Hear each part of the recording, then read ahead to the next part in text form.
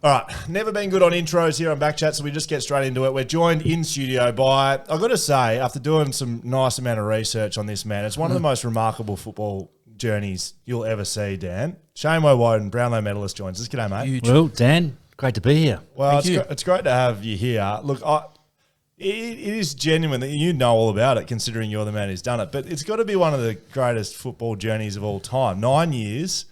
I'll make eye contact with you, see how good my research is. 9 years, 200 games, two clubs, 2 grand finals, both losing, a Brownlow Medal, a best and fairest. Somewhere in the middle there, you swap clubs.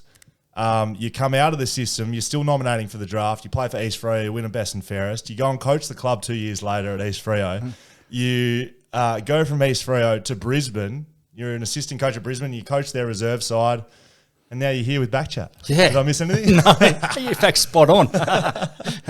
Mate, to the letter. It's remarkable. Yeah, it's been a great journey, I must admit. It's been fun, enjoyable, hell of a ride. It really has been. And my journey and my dream was always to play AFL footy and get there somehow. And unfortunately, it was a couple of years later than what I wanted to, but I think it was meant to be. And I get in the system at 20 and have 9 wonderful years, 2 extraordinary football clubs, and come out the back of it and played some footy and won a couple of awards and yeah, I've achieved my dream. That's the other thing. 9 seasons, like, it's a long time, but it's not like you did all of those things over 20 seasons. Like, you really crammed it all in there. It took me 14 years to spit out 194. It's taken 9 and got 12. The math doesn't even make sense in my head that you could do that. Now, I know that's important to get to, but we're forgetting our first question for our guest, Dan. It's got excited. Now, Shane, we asked the same question to every guest that comes on this show. Now, we know you've done a lot of great things on the AFL field. You're a Brownlow medalist. You're one of the best to ever play the game. That's fine. I'm here to tell you we don't really care. No, that's fair enough. That's fair enough. We do. But we want to know your greatest sporting achievement not on the AFL field. So you can play footy. Great. Very good. What can you do outside the realms of AFL? We've had Andrew Bogut's beaten Phil Helmuth in a game of poker. We've had Tom Hawkins is a under-17 high jump champion. Hayden Ballantyne could throw a javelin. Yeah, he could. I was an under-9 80-metre hurdle state champion, right? So you can go as long or as deep as you like here. Tell us. Callum Sinclair was always the lead at his high school plays. Yeah, he was the lead. Apparently, he just dominated that. So whatever the field is, doesn't matter. Callum under primary, intermediate sprint champion, year 4-5. Quick as a kid. Did it again at Linwood Primary in 5-6. Went to Broome, year 7, because my father was a CIB detective. Not even near it. Once you start up there and you're playing against some and running against some real fast Indigenous boys who have unbelievable athletes, and I knew I was up against it. So here I'm thinking I'm a great long jumper. I've got some speed. Nah, not even near it. So that's what happens when you go to the inter-school competition. Like you dominate at your school. I mean, I used to get second a lot in 100 meters. Did you? And then one time the guy don't strike me as quick. No, it was a bit quick. And then the one time this guy was sick or something, he didn't run in the 100 meters, so I came first. Then my school sent me to the inter-school. I think I was dead last. So I classify myself now as a mud runner. I was in my career. So, no speed here. All right, there we go. Linwood Primary, 100-metre special. It's about under 7s, you reckon? Yeah, it would have been 10, 11. Okay. Yeah, you're 5, 6. All right, we like that. Very good. You mentioned your parents, the old man was moving around. Is this your parents Ukrainian? Yeah, so that's my stepfather. My mum and dad split when I was about 6. Right. My father, he was born in Germany and lived there for 4 years with grandparents who are Pole-Ukraine. So they left Ukraine or turned and ran back in the day. Went to Germany, stayed there for 4 to 5 years, had a couple of kids, and then jumped on the boat and fled and came to Geraldton. So you were born here, or you? Yeah, I was born Geraldton. Lived there for 10 years, and then made the way here when Mum and Dad went their separate ways, and we moved to Perth with my stepfather, who's my father now, has been for 35 years or for 40 years. I've just been tracking around Western Australia and Sounds like you travelled a lot. Yeah, we did early days, particularly primary school. I think I did 5 primary schools. Wow. Between Geraldton, Perth, Broome, and then got a cricket scholarship at Kent Street. Came down and boarded for year 8. Cricket scholarship? Yeah. Can play? Just a little hack. Somewhere Batter there. or a bowler? Hey. I thought I was a batsman, particularly through junior cricket, and a little bit of bowling keeping. But then as soon as you play seniors, so Kim Hagdorn was my coach at South Perth through district. Wow. And when the boys elevate and go to grade cricket, you boys bowl. So you get a bat when it's pitch black and it's not happening for you. So, and then 16, made the choice.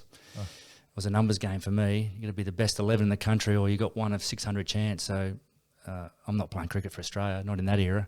That's a fair call. Yeah. So you mentioned off the top, you don't get drafted as an 18-year-old. You're a mature age draftee. 20. I mean, this is what we're talking about now. I'm certainly banging on about it in the media that we should be adding more guys that got some more experience. How was that? Not knowing, was that were you developed enough at that 18-year-old? Why did that? Looking back at it, probably not. Yeah.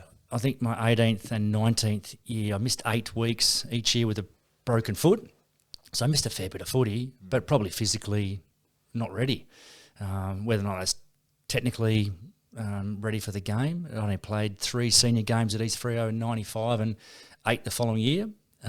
So it just wasn't ready. And then I missed out on the 96 draft as well, but that was the first year of the rookie draft coming in, the inaugural year. But there was a few issues where the AFL it wasn't quite getting off the ground. And back then, the pre-season drafts were in February, a month before round 1.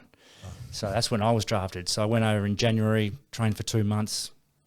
We're going to draft you, we're going to pick you up, and the rest is history. And then I played round 1, 4 weeks later.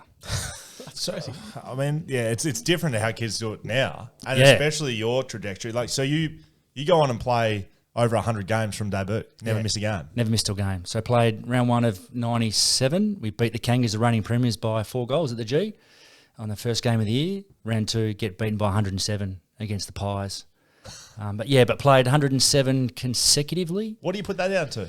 That's not usual, just for listeners and Especially watchers. after 2 seasons of you broke your foot twice, right? Yeah, I broke my foot twice, and then 97 played every game. I think it's a bit of luck, but also whether or not I deserved to play every game in my first year. There may have been some form slumps, but I was under Neil Baum, gave me an opportunity, started a few roles in that first year, and then he got the sack mid-year, and Joseph Gutnick, I think he announced it on Triple M about half-time of the round 6 or 10 game, one rough there. And then Hutchie took over for the remainder of the year, our assistant, and then Dana's got the job the following year in 98. That's Neil Danaher? Yeah, Dana's got the job for 98. But 107 until a game over here against West Coast around, I can't remember which it was 107 games in, and Phil Matera just ran past me. It was just a bump, a little elbow, and I said, that's a bit sore. Anyway, went off, just thought my back was tight. Got some physio treatment where the real manipulation stuff, went back on, couldn't run, subbed, came back off. Scans the Monday, got a broken transverse process in my back. Oh, and they've been rubbing that out, have they? Yeah. Perfect. That was my first 2 weeks of missing footy.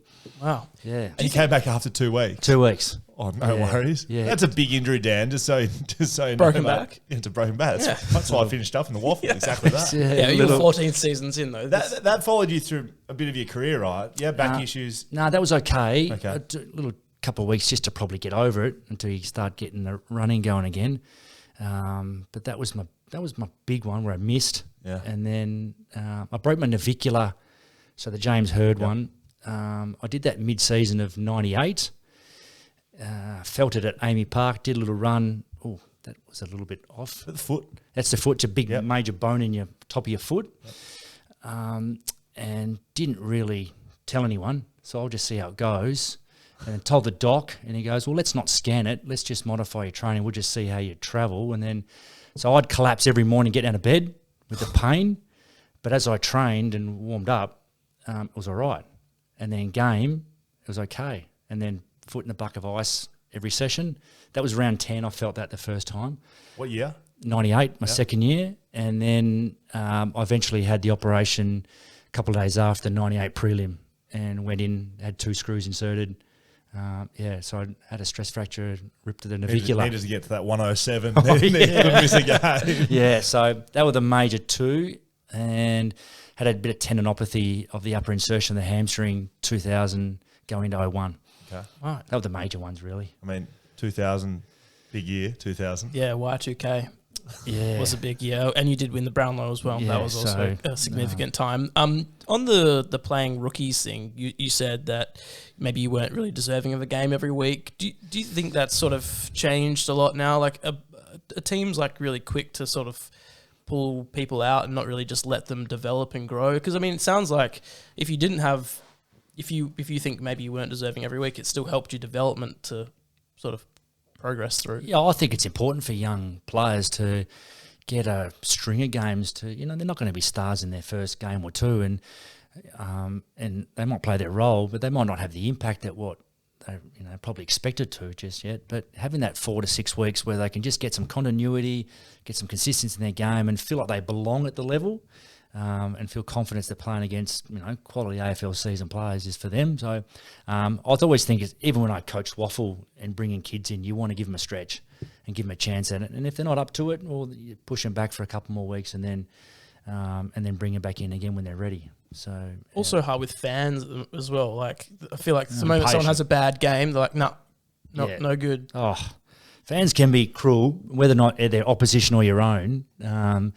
How was that for you? Did you cop a bit of that? Absolutely. I know when I got to the Pies, absolutely, yeah, they were cruel on your own. And same with Melbourne. I remember when I got traded in my first game against the D's, and you go pick up the ball from the sidelines and over the boundary line, you just got... You can swear on this podcast. Yeah, I got belted around the ears for leaving. Hang on, it wasn't my idea. I got sacked from Melbourne. So, yeah, and I remember coming off the race that Eddie had back in the day, and a Pie supporter, and screaming, "You coward," over the fence. But those passionate Victorian supporters, they just love it. Yeah, they do. So we're going to get to you jumping around. No, it's fine. Parting ways with Melbourne and moving to Collingwood a little bit. But 2000, big year, Y2K bug. Well, what do you remember of the Y2K bug? Do you remember that? No, we're going to refresh the memory here of the Y2K. Had to reset the clocks. Yeah, so at the end of around 1999, The millennium. towards the end, Yeah. there was this big thing that the whole world's going to shut down because our clocks aren't going to know what to do when they refresh Basically, back the to computers zero. are going to get to 1999, and then they're not going to. Once they go to zero, and there was people filling up their bathtubs on New Year's Eve because they weren't sure. I remember people got a terrible memory. Unplugging toasters and stuff because they weren't sure if they were going to blow up. Legitimate things. There was this. I don't know. I just when we saw that won the Brownlow 2000, I was like, that just reminded me of the Y2K bug, and you would have I don't really remember much of it because I was 10. I don't remember much of what happened last week, let alone 22 years ago. There you go. Well, okay, so you go through 2000, you play in a prelim in 98. 99 is a bit of a down year for Melbourne, sort of up and down. Probably until last year sort of signifies where Melbourne's been at, right? But we can't really say that anymore. 2000, you win a Brownlow Medal. Probably should start with that. I mean, what's that experience like? I mean, did you rock up Brownlow Medal night knowing you were a chance? No. Mate, You were 200. You were 200 to 1 at the start of the season. Yeah, I came into 13s, I think, by the time the night was there. John Longmire was my manager at the time at IMG. Was he? Yep. And Manager. John Longmire, Sydney coach. He left IMG for end of 02, or was it end of 01, for 02 to Sydney as an assistant, but he managed me at IMG. So David Schwartz got me from a management group and said, mate, come across to IMG. Wonderful. So, you know what? You're bloody right, mate. They were very good. So he said, mate, just in case, have a speech ready. Just in case. You don't know, but okay. So I put one together, thanked a few people. I only intended to go to the night, have a few waters, be home by 10:30. You're playing a grand final in 5 days' time. I didn't leave the Crown till 1:30. And driven out the back, down below, and John took me home. Did you have any beers? No, waters only. Did well because you win it, you get the medal, you're whisked behind closed doors, just to gather your thoughts, and then all of a sudden you're thrown into the press room, which is another massive room, and it was just chockers for your press conference. And then you meet everyone back in another room, or your table and your friends and all the teammates that came in that night as well to say good day. Yeah. And then I didn't get out till 1:30 or something. And even then I went to the extras place too, because I couldn't go home. They were all lobbed outside my front door. So there was door stopping proper back in the day. And I probably didn't get my time again till probably late Wednesday afternoon, where I can finally now start to prepare for a game. So if I had my time again, that's one thing I would not do. I'd make sure that Monday, Tuesday is me and my prep, and not have to go to functions and do all these things and do clinics, and it's ridiculous now. So. But you've won a Brownlow. Like, sitting there on the night, there's clearly during the count, like, I've had one Brownlow vote in my entire career, so I don't know what it's like. But you're sitting there and they're reading votes out, and you start realising there's a chance. Like, you remember what round you thought, like, I'm on here? Well, round 8, I'm at 15. And around 8, I bolted early, and I had a good start of the year and then plateaued. But when I plateaued, I think between rounds, 12 or 10 to 16, all the other guns, so Hurd, Voss, Rashudo, McLeod, West, Koutafidis. Big names to beat out. They weren't voting either. So I was in the mix with 3 rounds to go or 4 rounds to go, and then I polled a 3 at round 21 and then 2 in the last game against West Coast, which I went, serious? How did I get 2 in this game? Must have been the tips. You must. And that's where, because I had Westy polled 1 in the last round to tie me, and then I got 2 in the final game they read out to go clear. And so it was a draw for that last game. Wow. And I thought, I've tied it. And you're so oblivious on the evening that... How old are you? 24, right? 24. You're so oblivious on the evening that 3 rounds to go, mate, my table is crowded with cameras. Crowded. Now they know for sure that you're possibly you're gonna win this, because there's no camera anywhere else. So unbelievable evening. It was just so surreal. Who handed you the Brownlow? Croft. Right. Yeah. So 99 winner. 99 winner. Yep. Caught up with Croft a couple of times post medal, just to pick his brain on. I was 24. I had no idea, really. I was still young in the game. So young in the game, and what to expect. And he said, mate, it's coming. I'm just going to prepare you for what's coming. And it was. It was on field, off field. My life had changed considerably from a footy side of things. And one thing, I didn't handle it that well. We didn't have much experience around that then. All our stars and big name guns of Melbourne had retired 12 months, 2 years early. So all my midfielders were around our age.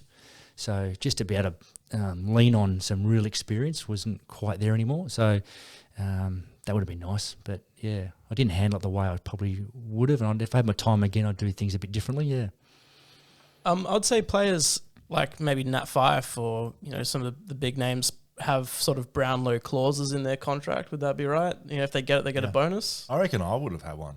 Did you remember? Was that a thing? Yeah. You have. It's big. Yeah.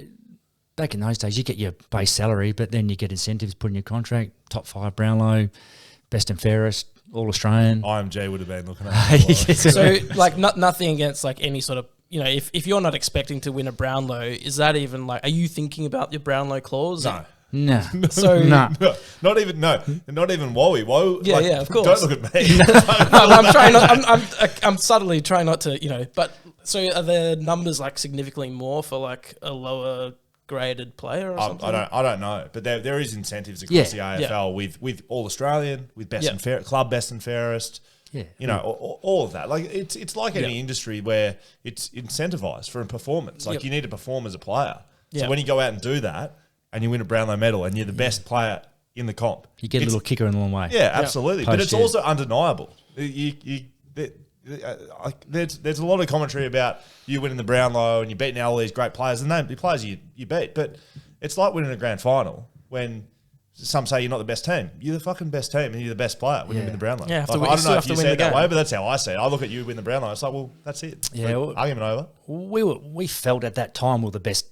Well, we weren't the best team, but we were very confident we could match the best. And we only had to beat Essendon that year, and we had a massive run at the back end to, I think, won the last 10 of 11 to storm into the grand final. And a young team, we've had all our draftees that year playing in the grand final, and they just physically bashed us, took us to town in that area. They were more experienced. Oh yeah, they had big bodies, hardened, and they were filthy on 99 in their exit in that prelim. Yes, Carlton. Yeah. I remember that 2000 grand final. There was a big hit or a big clash with someone. Yeah, so Troy Simmons was knocked out by Michael Long. That's right. Got 4 weeks. Brad Green was in hospital at quarter time with a broken larynx. Ooh. Dean Wallace just went whack.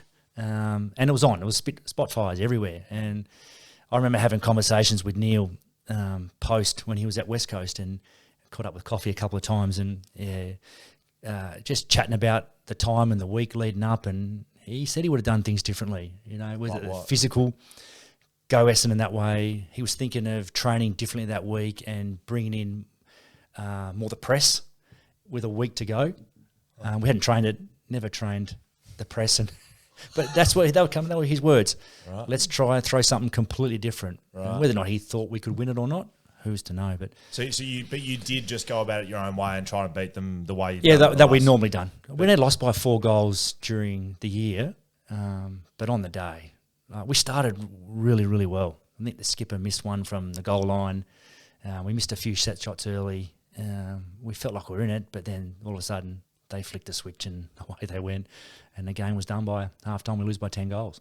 That experience of them losing 99 prelim, even though it's not a grand final, that they were hungry, driven. Yeah. They lost the one game during the year. I don't think they'd sung the song at any of their victories all year. Wow. That's the whisper I heard. So they wanted to win it, and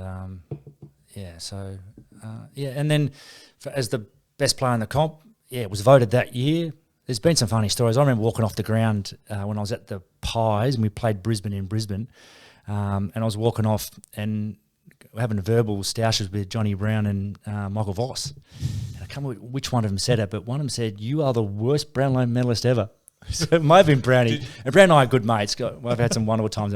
But, yeah. Did you ever come back for that? I mean, it's pretty simple for mine, isn't it? How many Brownlows you won, Brownie? That's one more. Yeah, I can't remember if Vossi said it or Brownie, but Vossi's good mates. Yeah. He was a very good player. And that's been part ever since. And I've had the one really, really good year, and then the also rans on a few other years, and not as the consistent. That's probably where looking back at it on reflection, just the consistency wasn't there year in, year out. I struggled post 2001, and because tagging was such a big thing back then, and there was no such thing as systems. Team defense. The ground was long. It's 1-on-1, and if you've got a tagger that can run and be brutal on you, and it was big in those days. So copping attention every week. I remember.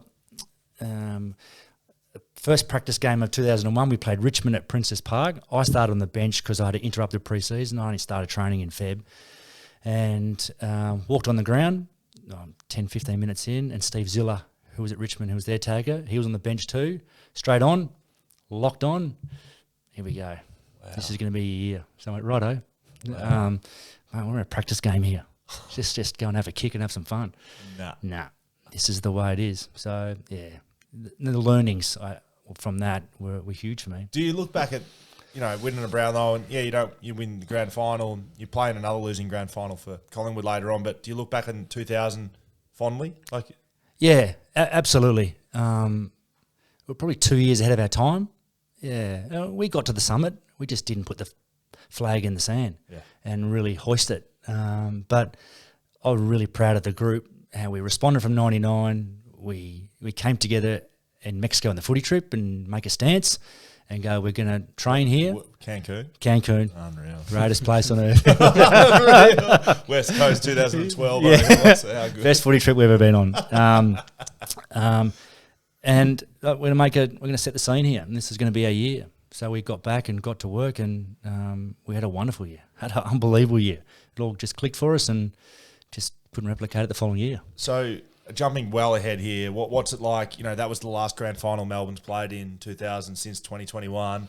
The grand final's in Perth. I'm assuming you commentated. You would have worked the grand final. I was asked to commentate. I knocked it back. Really? I was rostered on. Week and a half out, I rang Clint and said, mate, I'd like to be a spectator in this one. I'd love to pass it up. And he understood. There was no problems with that. I wanted to just be a punter and just go and enjoy the experience and just soak it all in. What was it like being involved in that last grand final? And look, you end up leaving Melbourne, and it was quite a public separation effectively. Yeah. But you were a Melbourne guy. You were drafted by Melbourne. Your son's now father. I'd fallen out with Melbourne. Let's be honest. And I didn't. And I haven't really been back and really until just before, effectively, Taj was drafted. And I had chats with Dennis a few years ago, and we sorted things out. So it's been a long time. There's a lot of scars there. And I felt it hard to move on from as much as you do, and you move clubs and you form new relationships and whatnot. It stung. Why? I was vice captain. He'd come off a best and fairest and a Brownlow 2 years later, and all of a sudden you're not wanted, and all of a sudden they put you on the trade table. You hear about it when you're on your footy trip, and then you come back. You have a meeting with the coach. Everything's fine. You shake hands. We'll see you in a couple of weeks in pre-season. Never step back in the footy club ever again. So we went to Mauritius in South Africa with my fiance at the time. And then it all went through then. So it was a horrendous time. I was trying to relax in Mauritius and have a bit of time and tan up and enjoy the hot weather over there. And I come back and I'm a Collingwood player. So, it was a horrendous time. But then when I walked back into the Collingwood Footy Club, I loved it. So I look back on it now and go, as much as I called out that I want to be a one-club player, I look back at it fondly now and go, I played at two very good footy clubs, historical, big. I got to experience both. Melbourne was struggling financially,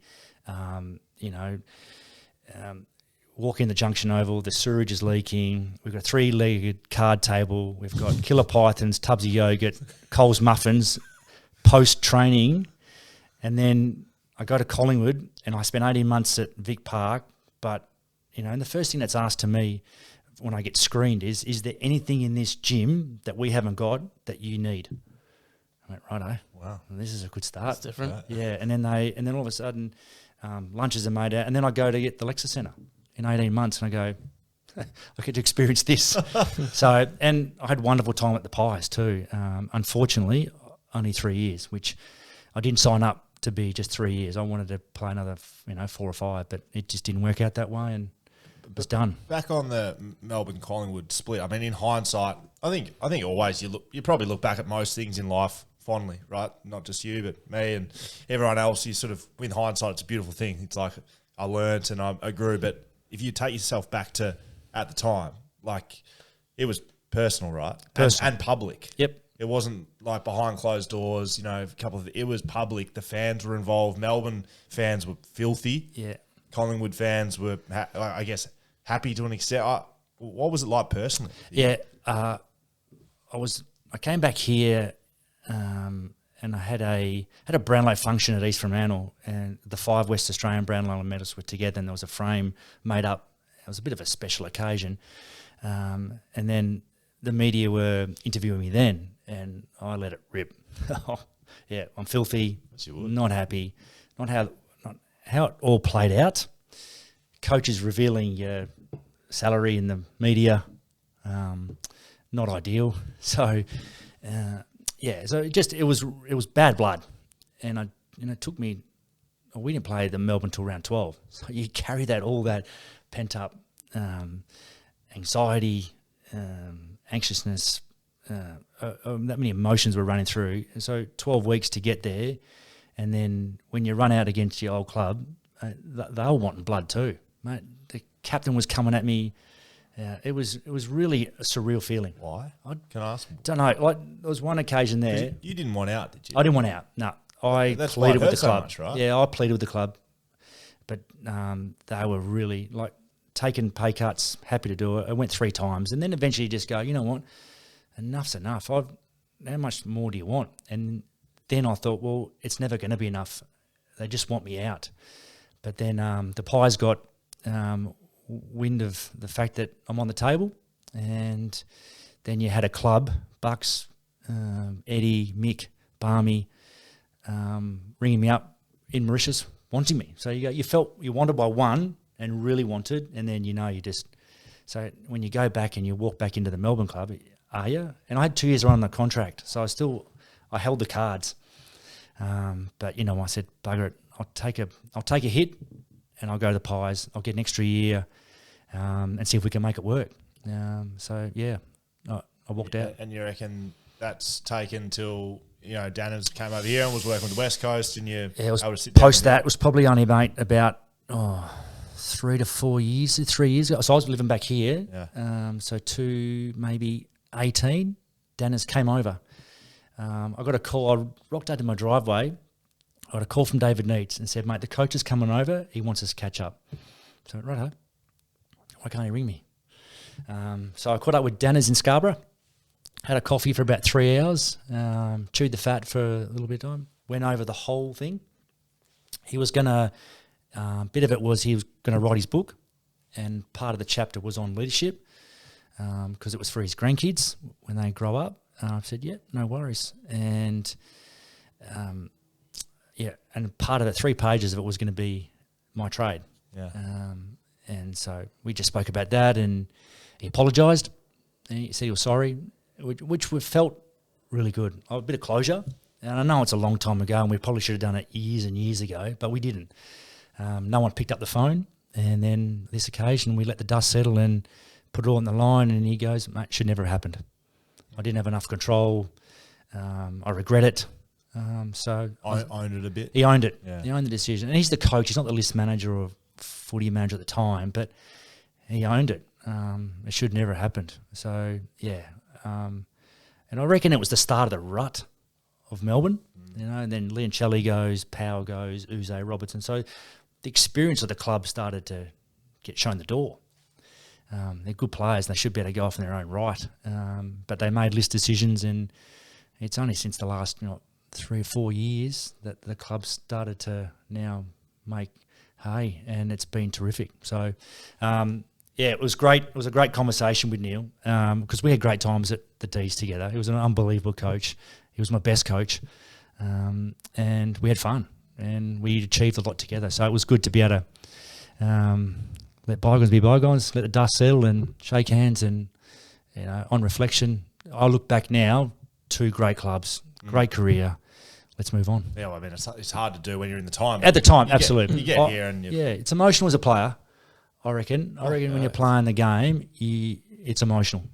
You're all in where you're at and what colours you wear. So, and it was, it's a bit different feeling when you're coaching compared to playing, and decisions to make and what you've got to do for your club and your team. So that's something I certainly learnt too when I coached on the other side. You feel like as a player that, everything you do is for the club. Like even, you're putting your relationship on, basically on the back burner, your children, your businesses, you're throwing everything comes first. You don't go out to drink because you got to, everything is for the club and to win games of footy. Yeah. So I fully understand where you're coming from. Yeah. I mean, I didn't go through what you go through, but it's a similar feeling. You want to be wanted. Absolutely. You want to felt wanted because you feel like you're given everything. So give it back, right? Yeah, definitely. And I remember the AGM that year too, and I was at home, and Diane, my fiance at the time, she went to the AGM.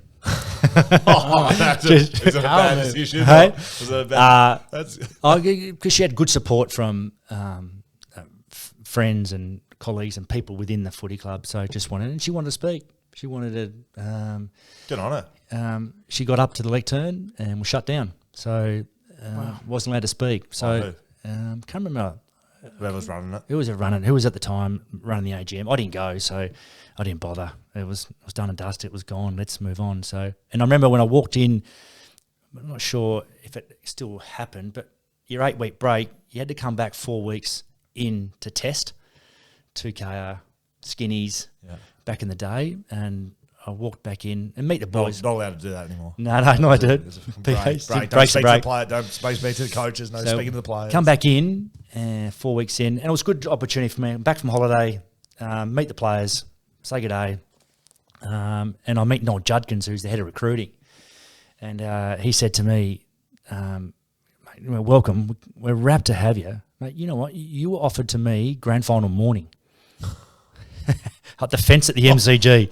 So I went, what? Boy. Yeah, so, yeah. Well, that sums it up. Yeah. But it was... It sounds like you buried the hatchet, which is... Absolutely, yeah, mate. And I look at my 3 years at Collingwood, as much as I would have loved to have 5 or 6, mate, unbelievable times. Second grand final, I got to play with some bloody good players, and probably the best that I played with in Bucks. He was a superstar. And I learned a lot, and I learned where standards need to be. And I thought... I trained hard, and we trained hard at Melbourne. I got to Collingwood; it was another level. Really? So, and who drove that? Bucks. Bucks was phenomenal. He taught me even to go even more. So, drive high standards, become the best player, and that's why he's a champion. It's the way he trained and put himself out there on every session to be the best player he could be and lead from the front. That's why he was a superstar. Did you ever, considering the situation, did you ever consider moving back to WA and, with everything going on? Were Freo interested? Yeah. I was laying on a deck chair in Mauritius. It's like on the trade phone, on the bat phone. In the CJs, in the Dickies. It was all about that. It was about no tan lines back in the day. It was no boardies when you live in Melbourne. I think Bailey Smith's bringing that back. Yeah, I reckon. Budgies are big now. Not sure how big they are on the beaches and Cot, where it was back in our day, and in Port Phillip Bay. But I was laying on the deck chair, Port Phillip Bay, in your absolute putrid in your beach. budgies, Right. freezing in the middle of winter. Seaweed. Laying on a deck chair, I got a call from Cameron Schwab, who was the CEO at Fremantle. He said, would you come home? Would you be keen to come home? And I went, well, hang on, let's put another spanner. I thought I'm possibly going to Collingwood.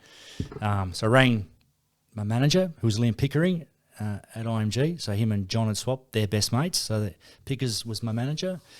And he said, nah, mate, Free, I've got no money, not happening. There's no way that's happening. They've got nothing. I don't know what they're doing. So I said, well, you handle that over there. And I'll just keep sunning myself here and deal with the shit that I've got to deal with here. And so, no, I didn't go. So from then I was wondering if Melbourne, because Danners is tight and close, and Melbourne with Schwabby, who's an ex-Melbourne person. I was going to say he was ex-Melbourne. Ex-Melbourne CEO, footy manager. So that didn't eventuate. So I went to the Pies and finished the career. So you go to. I mean, before we finish on Melbourne, you fast forward to 2021. So you don't commentate. You watch it as a fan. Melbourne break the drought. What's that like from an ex-player? Loved it. And but I've been part of Melbourne, although not internally with the club over that journey. I've been involved with the past players, and like every Thursday night before grand final, we get together with a dinner and a few beers at the G every year. It's part of the past players and now officials association. When we catch up, come ex-players, MC, we get a bit of, we might get a bit of music happening in there. Robbo might play guitar. He might MC it. We'll get a comedian in, but we just have time. And my era at the D's were the best. I come from all over the country just to get there and spend the time with each other. So it wasn't as if I was out, but they're my best mates. So and we never lost that. So those friendships were there forever. But so the past players, led by Rod Grinter, who's the chairman, he just connected everyone. So you still have that soft spot for the red and blue. And the grand final was just unbelievable. Although I thought Treloar and Bont were going to rip it away from us there for a period until the third quarter. And then for me, surreal feeling sitting in the third, just going, what's going to happen here? This is going to be a train wreck and we're going to destroy these blokes. I was calling the game, right? And I was telling you before, you don't get too many words in over at 6PR, but I was sitting there calling and I don't remember too much. I don't have great memories with different things in footy, but I remember sitting back in my chair, putting my hands on my head. Bonds had just kicked that snap. Yeah. And they were 3 goals up in the third quarter. And I was thinking, fuck, Bulldogs are going to win this game. Like, Melbourne are the best side by that much. I tipped Bulldogs just because I was talking shit all week about Melbourne. Melbourne were the best side. And I just thought they've done this here. Yeah. And in the space of 2 minutes. 2 minutes. And I didn't say one word for about 3 minutes on air because I was like, what the fuck is going on here? Like, Western Bulldogs were like home. It was done. Done. And then Melbourne fans and Melbourne people would have been like the same thing. Yeah, we're shitting ourselves. We're going to do this again. Oh my goodness. And we have been the best all year. And then they flicked the switch and away they went. And it was extraordinary amount of footy to play. And then Siren went, watched them get their medals and then race down to the rooms and get in the rooms and be around. Because they couldn't have families around. And Adam Uze is a coach, good mate of mine. Taj and his daughter born 2 hours apart. So we've been mates for years. And he didn't have his family here. So to get down there and celebrate with him, a couple of my teammates had come from South Australia, just to enjoy and embrace that hour and a half in the rooms and have a few furfies with them was unbelievable. Yeah. And you felt, I'm back in this fold. This is unbelievable. This is what it's about. It's not like winning one, but it's like winning one. Oh, yeah. Yeah, seriously? Absolutely. It was just, I was wrapped for past players, our supporter base who have been there through everything. You only got to look back to 13, 14 when they were getting belted by 200 against the Cats at Kardinia Park and everyone who's gone before, who were passionate Melbourne people, 57 years, a long time, and broken. And now you can only hope that this team can now create their own dynasty and do something that maybe the Geelong, Brisbane and Richmonds have done in the past, and I'm hoping that's the case. It certainly looks like it. I mean, they look unbelievable if we're talking about footy, which we do a bit on this pod, but like they just look like superstars. Yeah. So I hope they go on and proper dynasty. So Collingwood. So there's the very public split from Melbourne to Collingwood. You start at Collingwood, great facilities, rich. Not you, but maybe, but them. It's a wealthy club. It's a big club. It's the biggest club in the country. Grand final in 2003. Yeah, my first year there, second one. So a lot of people say that you've got to lose a grand final to win one. Now, I don't necessarily think it's right, but the experience you had in losing the grand final with Melbourne, did it help in 2003? Given that it wasn't the same teammates, I realise. Yeah. But you personally? Yeah, it certainly helped the finals and leading up the week. I reckon the week's a big week. Yeah. And now that you're at a bigger club, the week's going to be huge. And we had to go through a bit of motion that week because prelim we played Port, knocked them off. Anthony Rocker got suspended. And really? Yeah, what for? Striking. I can't remember what he was striking. Anyway, he got rubbed out So there's the emotion there that he's gone. And he was a very good player. Very good player. Important player for us. Yeah. He's a beacon. And you need your bigs and your presence, and he had it in spades. Yeah. So we lose him, and then we appeal. That's right. It went to like federal court, didn't it? We went all the way. Yeah. We appealed, so then Eddie would have been all right. Appealed it. Boys' emotion, get up again in hope. When he's one of our leaders, we want him out there. That doesn't go to plan. Emotions again change. So this is all through the week. The Thursday before training, he stands up in front of the playing group and apologises to the boys that he's not going to be out there. You crying? Yeah, he's emotional. Yeah. The boys are emotional. Probably not the ideal lead-in. We want to be steely and resolve, and we've got to win this because we're favourites. We beat Brisbane in the qualifying, straight through to a prelim, knock Port off, we're going in. And Brisbane are hurt, injured. Lappin's having the big... his ribs or his ribs. Back. Yeah. Ribs, broken ribs. He's getting worked over by Chris Scott, who's emergency pre the game. And we get belted. Absolutely belted off the park. Everything that went wrong. Ball didn't bounce. Guys shirking it. Just getting... And got beaten by 10. And yet we're favourites going in. So it just wasn't to be. And that was really unfortunate because 0-2 they were close. Should have won it. Could have won it. lost by 9 points against Brisbane. So the whole playing group was experienced enough to go, we're here again. Right, they lost in 02. Right. To 9 points in the sort of a wet day. It was Anthony Rocker that kicked that goal, went over the post, right? Called a point. Yes. Goal. Yeah. And then Ackermanis crumbs one in the goal, top of the goal square. Lucuria went to the side, didn't go ground level cover in front of him. He snapped it over and put him 9 points up with 2 minutes to go and game over. So, so they lost 2 in a row. How do you reflect then on the 2 grand final experience? In total, it's the one thing that I don't have that, and I'd give my Brownlow back in a heartbeat to have a premiership medallion. And that's what we play for. That's what we all play for, and I don't have one, and it's the biggest regret. I had 2 cracks at it, and that's the one that probably more so than the Melbourne one, we should have won. I reckon we're the better team, but we just didn't play the best foot in the day. Brisbane were harder and hungrier, and they deserved their glory.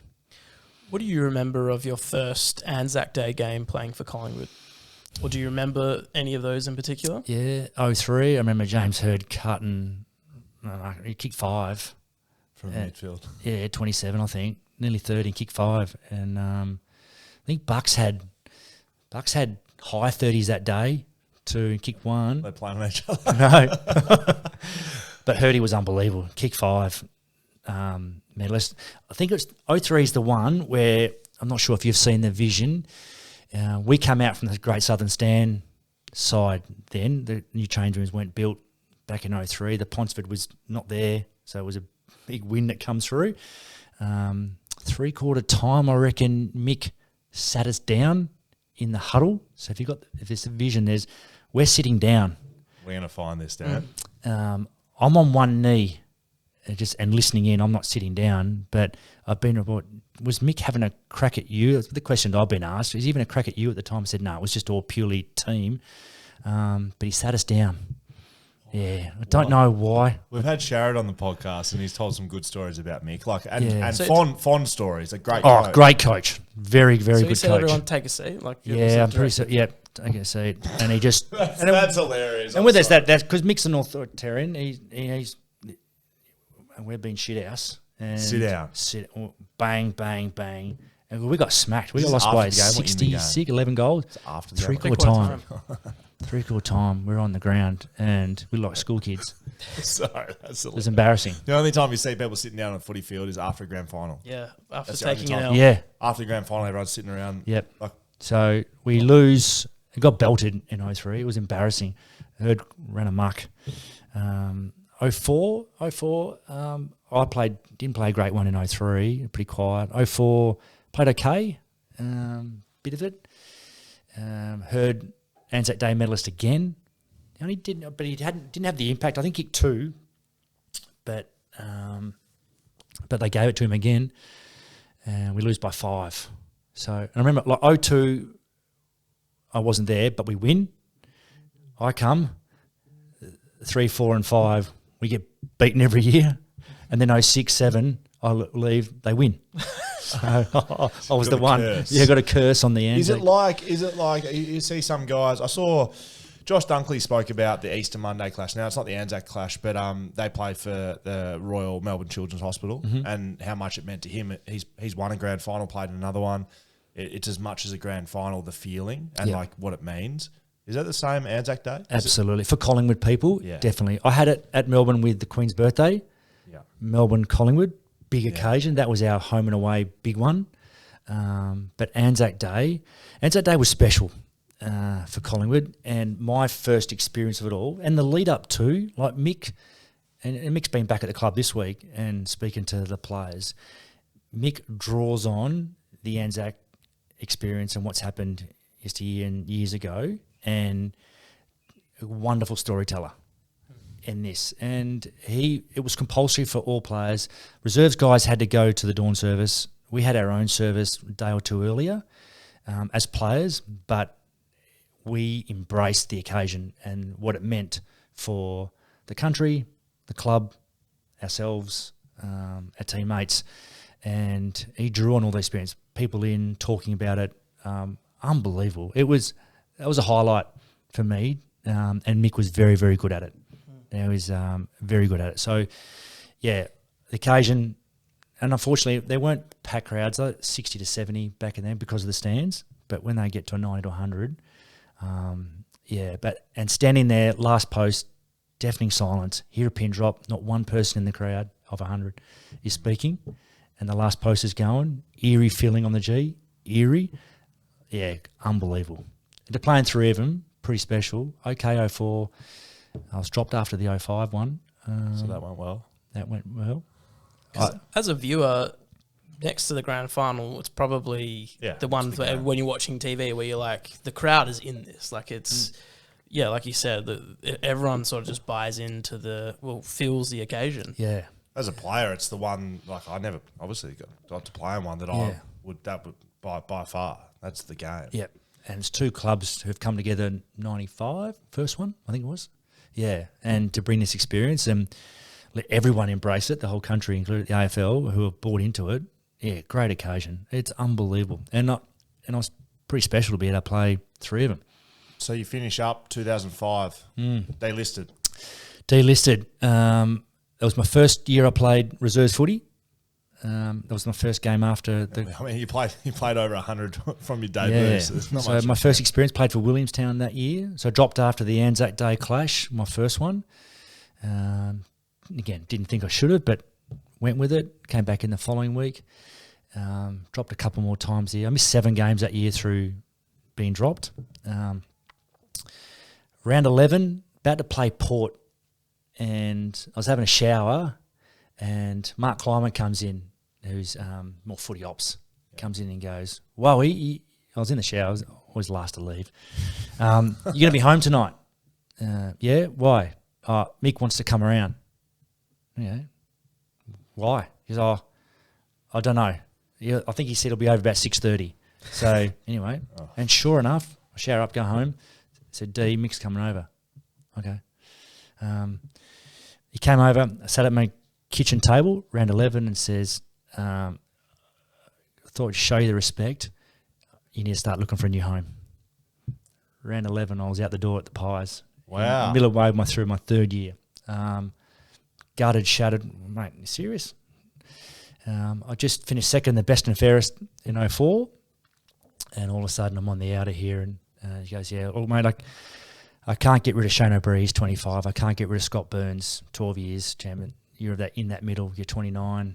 And we finished 14th the year before. We're about to finish 16th that year, wooden spoon. And as a player, again, emotional. Mate, that's bullshit. But when you look back now in reflection as a coach and you understand decisions that match committees and footy departments are going to make for future, and, you know, they delist me and a couple of others and then pick up Pendlebury and Thomas 2 and 5 the next draft, and then 5 years later they win the flag. So you get it. Back at the time I didn't. Was it in that moment when Mick's in your kitchen, is that what's that like? Were you angry or was it just nothing? Yeah, did you go at him? Bit of both. No, I didn't go at him. Angry, disappointed. Why? Mate, we're mid-year and I'm out of contract at the end of the year. But probably think, I wish I hadn't run out of contract.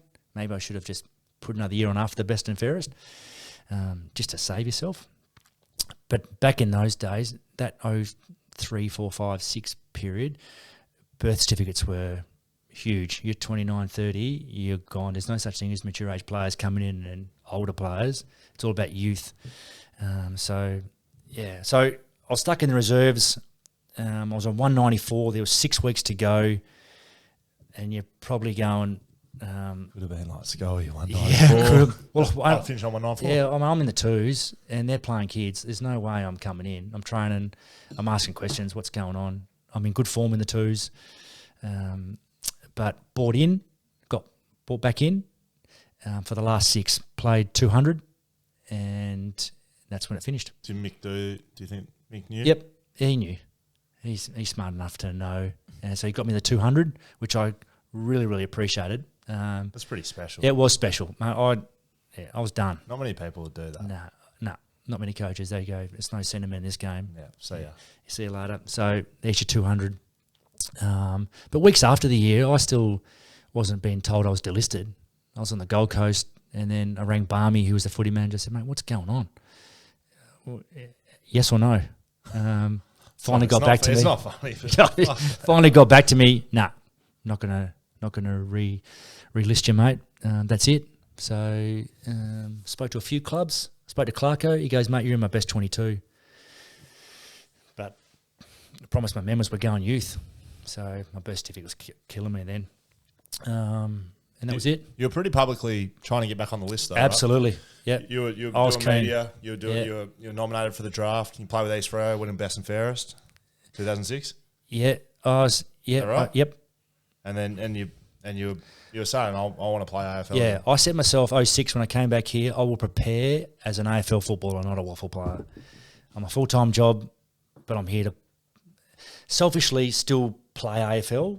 But no, I've still got a role and a responsibility to help the kids and East Fremantle Footy Club get back to where they want to be. I left East Fremantle powerhouse end of '96, and the biggest and the most professional waffle club. And I came back and it was a basket case.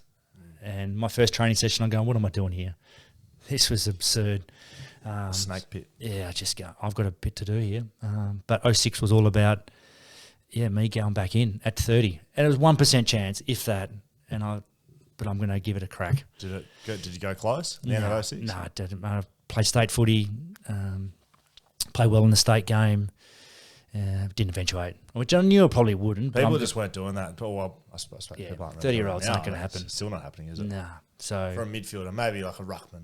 Possibly, yeah. Yep, definitely, absolutely. So I said, then 07, my second year at East Fremantle, I'm just going to enjoy waffle footy. I'm here now my time's done.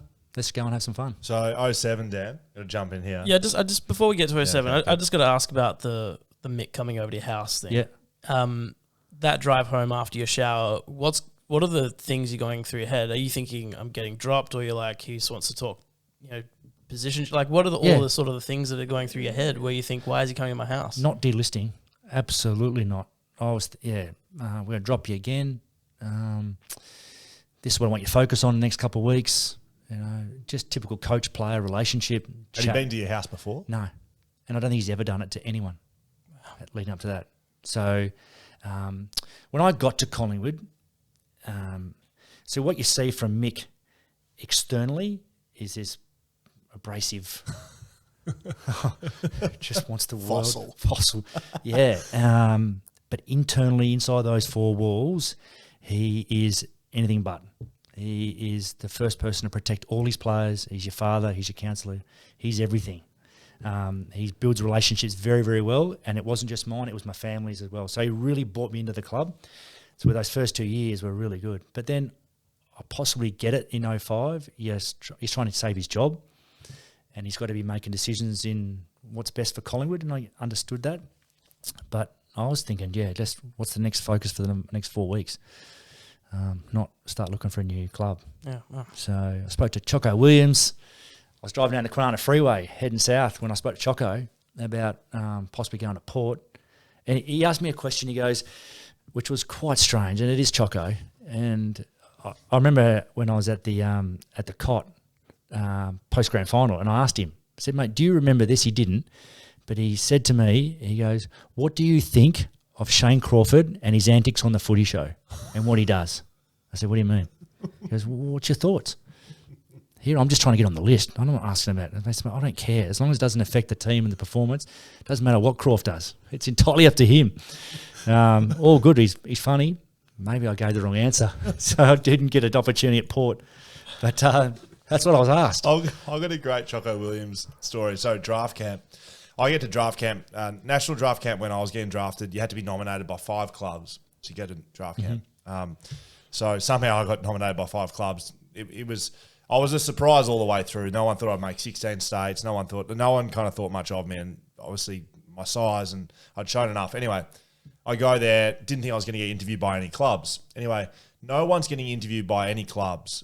I'm leaving dinner on the first night we're there, and sort of similar to you, someone comes to us and said, you're going to meet in this room. Choco Williams wants to speak to you. I'm like, fucking hell, here we go. Yeah, good. There was 100 guys there. No one had spoken to clubs. I was the first off the rank, I promise. So go into this dark, dimly lit room. There's a laptop set up and Choco Williams is there. Scully, how are you, mate? Sit down, mate. Sit down. Exactly. Sit down. I was like, okay, no worries. He's got a clip on there. He goes, I want to watch this clip. Tell me what you'd do if you were the player with the ball. And I was sort of like half looking at him like, what do you mean? And he goes, all right, ready? It's playing. Here we go. Like, what's happening right now? No introduction. And I still remember it because I didn't get drafted by Port. There was a guy kicking out and it was a behind the goals footage and he played it once and he, space bar and then space bar again, like hit it. He goes, what would you do? And like, I've literally walked in and out of dinner, sitting in front of the laptop. I've got, he's in his Port kit. There's another, Mick Moylan was in the other corner with his, zipped up, crossed over his face, looking at me with his glasses. What's going on here? And I sort of said, I kicked long to this option or, kick short here, I never noticed there was no one on the mark. And he wanted me to say play on. Okay. So basically I gave about 6 answers and he was going, No. Nope. I kicked long here. Nope, that's wrong. Nope. I was like, mate, I had to say, I don't know, mate. And he said, no man on there. Mark, mate, you got to play on. You got to play on, take the game on. All right, all the best, Will. Have a good one. That was it. Kicked me out. Brutal. Never spoke to Port Adelaide again. No. And that was it. Never got drafted by Port Adelaide. There's a line through it. Let's go. Yeah, correct. I look back on That's it. a bit rough. That's like he was never wearing a It tie was at all. It was sort of. abstract though, mate. Yeah, very much so. Strange. Very much He's so. still working in the game today. Yeah. So 2007, right? So you play 1 year at East Freo, your second year at East Freo, you want to enjoy your footy. I genuinely don't have a good memory of footy, but I don't know why this sticks in my brain, and it 100% does. It's a memory of you and I don't know if you remember it. So I was playing for Peel that year. It's my first year, Peel Thunder. Just remember, I came into the footy club, couldn't do one chin up, right? So I was an absolute piece of shit. Skinny runner, doing whatever. And I was down at Peel, probably getting, 15 touches a game, absolute pleb. And I see on the fixture, East Fremantle, Shane Woewodin, Brownlow medalist playing. And although I was all of this, all these physical attributes, I've always had in me this, white line, got to go. Chirp. Got to go. I've got to go at the best player. So I, a 17-year-old, Shane Woewodin, 31-year-old, maybe, Brownlow medalist, I just go, Shane. And I think I do. Is that pre-game? Oh, who knows? Probably. All of it, yeah. So what I do remember is, I reckon post-game, I shook your hand and I had to apologise. I remember apologising to you. Do remember and you were filthy, and you were filthy at me, and fair enough. And I look back on it, fair enough. What were you doing? I just like being a little shit. I was a chirping. 17-year-old, 18-year-old Right. going, worst Brownlow, the same as probably I everyone else. do. Yeah, little recollections. Yeah, I do. And I remember while I shook his hand, I always, you know me, I always put my hand up. And I say, gave you I'm nothing? wrong. Yeah, absolutely nothing. Yeah. Absolutely. Probably went back at you. Professional. So, no, you gave me nothing, which is why I remember it. I shook your hand and I said, mate, hope it didn't go too far today. Gave a what I thought a pretty genuine apology. And you just looked at me with these eyes. I just remember these eyes, this look like I will kill you. If you ever come near me again, I will kill you. Do you remember it? Yeah, I personally remember it. And that was 15 years ago. Yeah. It feels like you're ringing some bells. Yeah, and it's amazing how little things are brought up by others, and you start to have a little recollection of what happened, and not knowing what actually was said. It doesn't sit with me every night, but when I knew I was having a chat, I was like, I reckon I remember. I sprayed Al Nicholson once, ex-team on my first time I played against Melbourne. He fumbled in his D50, and he's a mate of mine. He's a West Australian. He was a teammate of mine, and I've gone over and I've gone him and sprayed him. Biggest regret on the footy field. It's one regret I do have is standing over him when he's on the ground and giving it to him. Yeah, terrible mistake. That's funny because that's what my feeling is, and I don't regret too much that happens on the footy field. I generally think just go out there, what happens. Yeah. But the look you gave me made me regret it. Yeah. You made me regret my actions, which you won. Oh, You completely waffle won. footy, isn't it? No, bloody hell. So then you go into coaching. What's your coaching career? We're we'll wrap things up shortly, but coaching East Freo and then into assistant coach at Brisbane. Yep. So coach straight out playing, had a crack at the senior job at East Fremantle. There was about 5 or 6 candidates. I didn't think I'd get it. I thought I'd do it for the experience. I bloody got it. First year coach, no idea what I'm doing, but I'll have a crack at it. The fact that I knew the playing group and I knew exactly what needed to be done, which was important. But it was a learning curve, particularly 8 and 9, and then my final year 10. Got into the finals for the first time in a decade, which was really exciting. But then I had Kane Lucas, Brad Shepherd, Jamie Cripps. I had some speed and youth, and it was unbelievable. It was good fun. 5 goals up, 3 in during the third, and we got done by East Perth in the first semi. I was gutted. I thought we could have won it, but I decided after that year, and I ummed and ahed on a third or fourth year, but Michael Voss approached me to come to Brisbane. So I jumped at it and thought, I've got to get in the system and see how far I can take it. So I went over to become mids coach, stoppage coach for the first 4 years. 3 years with Vossi, 1 with Leper, and then my final 2 years with Leper, I coached the NEFL team and went back and coached the kids, which was another experience in itself. Some good times. I remember getting beaten by 180. Oh my gosh. We played GWS at GWS as a curtain raiser to the senior team. We got beaten by 180 to 184. We had 6 listed players, 5 of them rookies, 1 first year. Who else was playing? Local NEFL players. Yeah, so back then we didn't have what they have now. They'd have their academy players joining them. So we're getting them from everywhere around Brisbane, Sunny Coast, South Coast, wherever they can get. No, thanks, mate. No, it'll burn me. Not this stuff. This whippersnapper stuff. Because it gets. Yeah. Sorry, keep going. So we bring them from everywhere. We'll bring them day before a game from the Sunny Coast just to get them in. 16-year-olds, 17-year-olds who haven't played at this level. We're just scrapping to get a team. We played GWS, who has 22 listed plus 1 academy. That academy player, Jacob Hopper, who had 35 that day. And we got beaten by 180. So quarter time, I go down. Like before they join the league or something to get some like.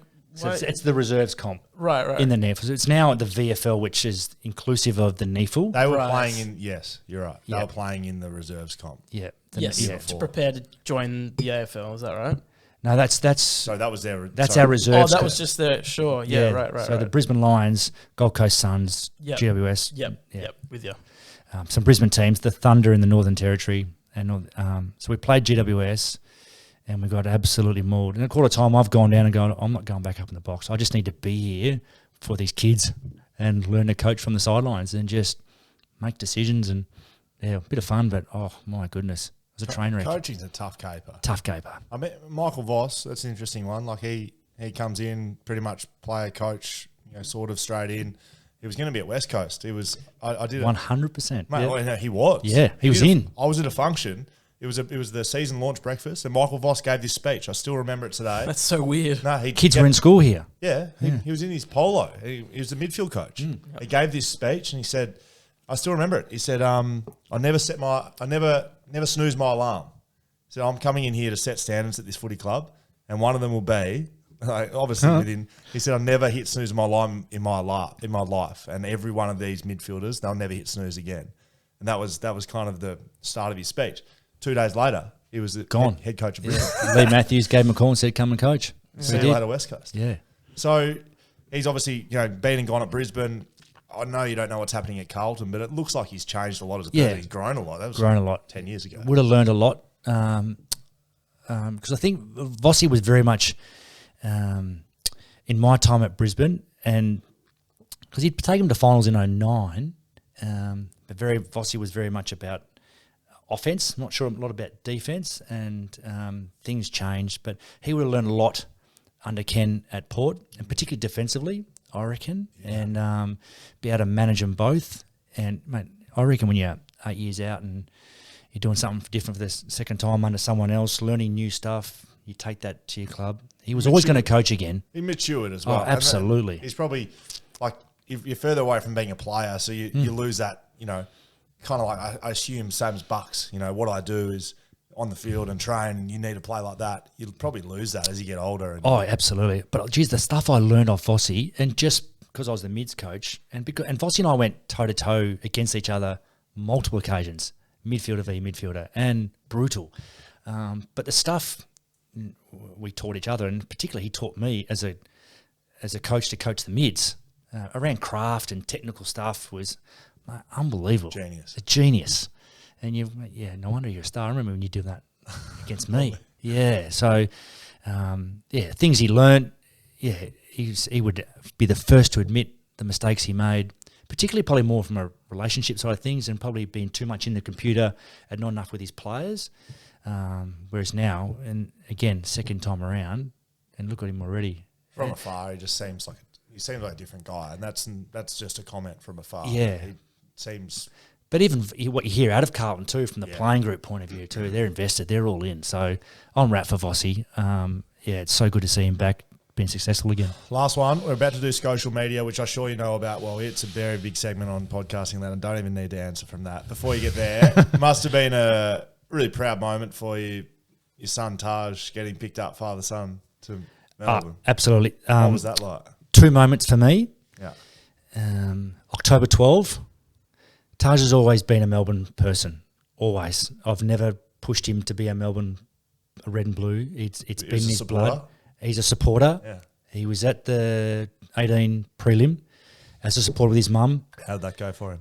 Sorry, I had to ask. He was brutally, verbally bashed in the lifts by his mates or randos? By West Coast supporters, because he had his Jack Viney jumper on. Fans, it's amazing. He's brutally high, but we got belted that day. And for him to play for Melbourne was it's always been a dream. He wanted to play AFL footy, and that's all he's ever really worked for. So 2 moments. October 12 is when we were in his manager's office, and the club were on a Zoom, and the club's nominated him. He's accepted. So when Jason Taylor says, we're going to nominate you, that moment and watching his face straight away, and then the moment we had out in the car park where we embraced each other, a few tears, that was unbelievable. And knowing the fact, mate, you are now going to be drafted. That's the advantage of being a father-son. Now, there's no guarantees you'll be at Melbourne if you're bidded on, but you're going to be drafted. And then obviously draft night when the name's officially read out and you're on a list, on a primary list, that moment with the family and friends and his friends going berserk in the lounge room, they're the moments. And everything I did in my career passed in significance to those 2 moments, because you live through your kids, you do everything for your kids, and you want them to be the best they can be and achieve everything they do in life, and those 2 moments far outweigh anything I did in my career. Is he going to be a better player than Shane? I think he will. Yeah, who knows? But he's a better 18-year-old than I am, than I was. But in the end, it doesn't matter, does it? Doesn't matter. He's there. And he knows now that he's only at the front door. All the work, he's got to push it open and smash it in and be the player he wants to be. But he's in a great environment, learning from the best. Just got to bide his time now to get a game and in a premiership team, which he's okay with. What's that like, that father-son, I guess, relationship, you being a star of the AFL and him growing up and seeing you play, and then, you finishing up? Is it something that has he naturally wanted to play AFL? Like this is something he's wanted to do, right? Yeah, absolutely. From a very young age, and he wasn't as gifted as what others were. Probably very similar to me, through his junior days. He didn't play state 16s. He got dropped, or he got cut for state 16s. I said, mate, you don't have to be the best 16-year-old in the land. Who cares? It's only 2 years away. Yeah, wait till you get 18 and then you start showcasing yourself. But might have been good for him, right? Absolutely. He got told by Benny Dyer, the state 16s coach. We're at Rotto, and I remember the occasion. He walked off on the phone and come back just emotional. His world had crashed. Yeah. Said, no, that's where you step in and help as a parent, and then went to work. And the one thing I've never, ever had to teach him is what you got to do to get to where you want to go to.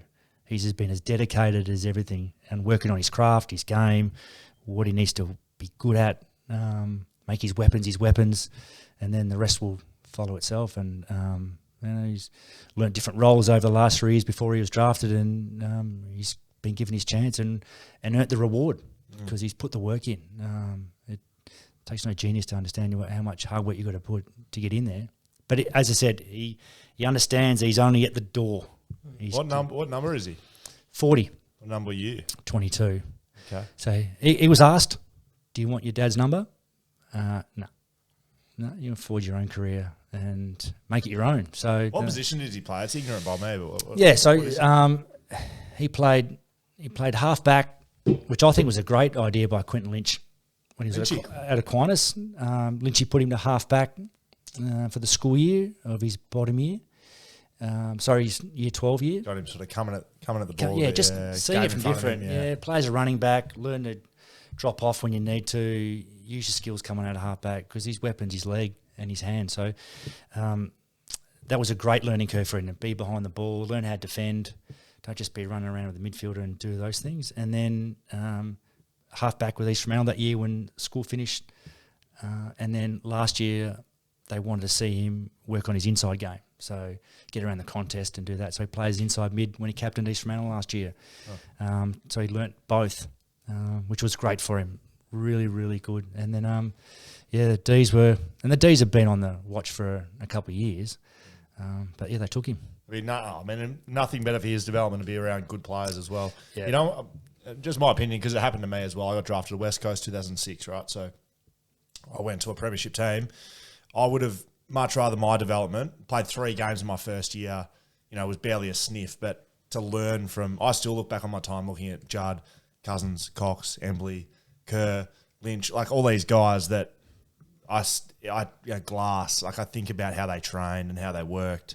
If I had have come into a club where it was bottom rung, I wouldn't have learnt those things. Yeah. That's those standards. And that flowed through the generations just directly below me as well. Maston's year, Natanui, Shuey, all those guys learnt off those guys. Yeah, 100%, mate. Couldn't agree with you more. It's a good. He's not going to play round one. No. He's just not going to play round one. No, but he'll learn. That's right. Petrarca, Oliver, Viney, Langdon. Yeah, these boys. Just a few names there. Out. Yeah, well, that's it. And Goody, Uze, mids who played the game at the highest level. Great education, great learning. I want to say if he played a bit in the back line, I want to see him keep 40 on his back. That would be unreal. Play some games in 40. Make the locker your own. Yeah. No, these swap into the lower numbers. We'll see what happens in 12 months, 2 years' time. All right, now, very importantly, social media, Dan. Yes, sir. Powered by Cameo. You on Cameo, Wowie? You know what Cameo is? I've heard of Cameo, not on it. I'd have to get the Brownlow medalist on the Cameo. Cameo celebrity shout-outs, right? So it's, someone wants a nice little birthday party. I want a Brownlow medalist just saying happy birthday, happy 30th. There's a few around, isn't there? Yeah, but Cameo's the best, the mate. one? Yep, Cameo's Actually, the one. I just yesterday did one for Dan.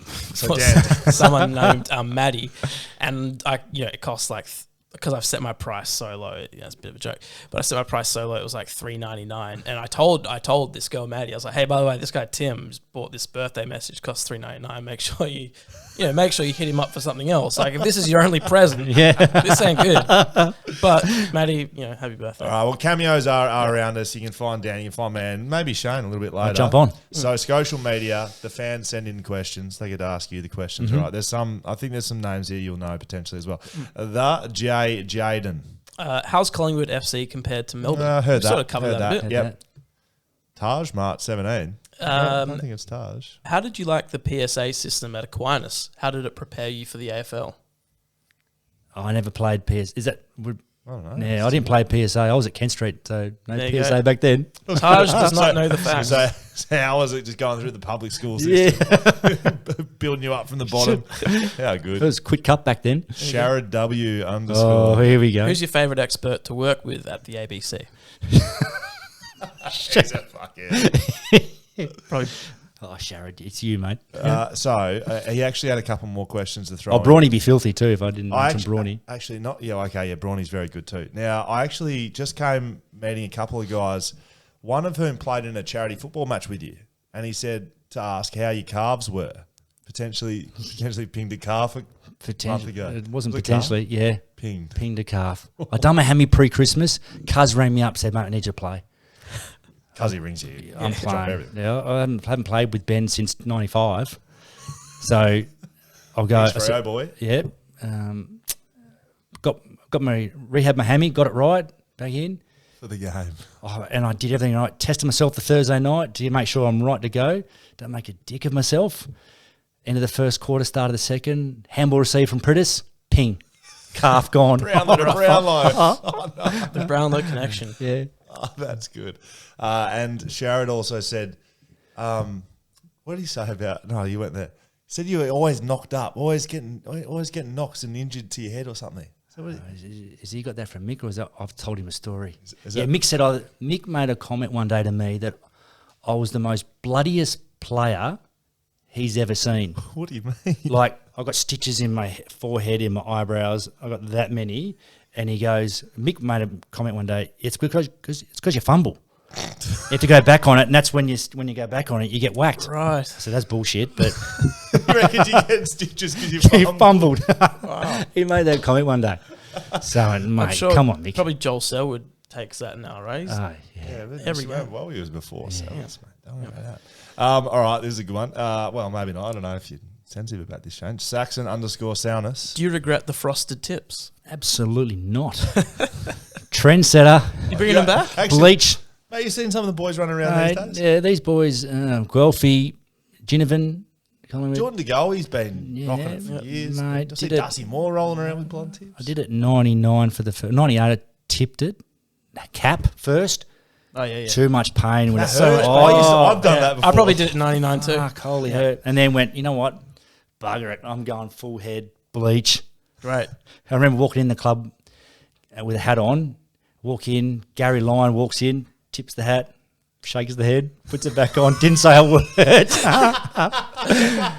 Well, you don't give that to Stephen Tingay when he does it. And Stinger's been around, one of my idols. But yeah, and then I went, no, it's too much now. It's starting to fall out, I think. So that's when I went the foils and did the full head of foils. 2000. You have a blonde hair. Do you have one that helped with the Brownlow? No, possibly. Not one.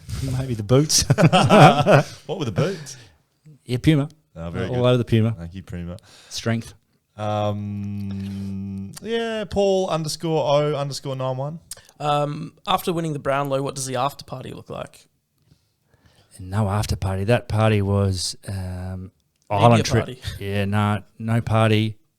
We had a grand final party. Got abused by the coach pre the night. Yeah, we walked. So grand final finished. Go back to Crown. Losers. It's a it's a shocker. function. We go upstairs as a playing group first before the function. Get on the beers. A little bit rowdy. We know we've been beaten. We've been embarrassed. We know that. Coach walks in, storms, rips shreds off us for celebrating too much. Ugh. And then, not a great way now to enjoy the evening. Bit of a dampener on it? The after party that year was all Australian. I wasn't all Australian. I was invited on the tour in Ireland. So that was our party. Nice. Yeah, that was good. Yeah. That wasn't the brawling ones with the Scots, was it? No, 2000. So we would have drank. No, Michael, sorry. So we were there for 11 days, 2 games. There's 9 days. 9 days of drinking. Just prepare for the game, and we just bashed them. It was good fun. I thoroughly enjoyed that tour. That's unreal. How good? I remember we walked back from Temple Bar one night. So we're walking back to the hotel, the Berkeley Court, at 5 a.m, I reckon. And as we're walking in the lobby, Dermot Brereton, coach, he's walking out. So yeah, mate, good times. That's great. Good times. G'day, Derm. 2 more. Tim _. Fillet of fish, yay or nay? McDonald's fillet of fish. No. Yeah. Okay. No. It's an absolute no. No. Yeah. Rotten. You haven't tried it, have you? Oh, years and It's gotten years. better. It's gotten better. Has it? Yeah, Not even much tempted. Doesn't even excite me. No, it doesn't No. even interest you. No. Yeah, that's all right. I'll be very Bottom of the surprised pile. if we find a guest that says yes, then we'll delete the episode and we'll never. Dan, is that play one of your favourites? Oh, Yeah, that's good. well, it's It's embarrassing. yuck, yeah. I was forced to eat one. We tipped over a subscriber milestone. I ate one on the podcast. It was Double putrid. fillet. Putrid. Absolute Double. It was that's lucky even- to be fish. Yeah. It really was. Last one. I mean, this is a good one to finish on, I think. Harry.J012. What would it take to bring back the frosted tips? Funny you asked that. Good. Because my kids, and particularly my daughters, even Taj to a lesser extent, last year, wanted me to bring it back. Wow. I went, mate, that's a big ask. At 45 years of age, It is. it's a big ask. You know what? But I said, I will do it on one thing, that it is for charity not a problem at all. I'll do it for charity, but you have to organise it.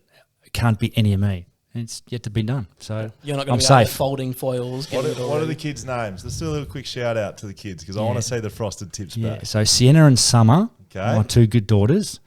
And Taj was a little bit to it. They wanted it, but I said, that's okay. I've got no problem doing it, but it will have to be for a really good charity. But you have to organise this, everything. Summer, Sienna, Taj. How much do you want it? How much do you want to see the blonde tips? Because I personally want to see them. So I want to see them back on. Mate, it's been a pleasure. Genuinely a remarkable footy story. Appreciate the time, mate. Been a great chat. Hopefully you've had fun too. It's been great. Yeah, no, thank you guys. Appreciate it. Thanks for having us on. Yeah. You happy with that, mate? Very happy. If you want to find us, you can find us on backchatpodcast.com.au. Wally? Yep. You're writing this down? It's your homepage. Hello I'm on. at backchatpodcast.com.au is the email. You can find us on socials, backchat _ on Instagram, Twitter, TikTok. We're on Reddit. Don't know what we do there. You're on YouTube. You can subscribe to that, Wally. You need to subscribe to that. Cameo, yeah. Whippersnapper, thank you very much. These shelters were pretty good. Yep, Blue Bet. There you go. Blue Bet, thank you very much.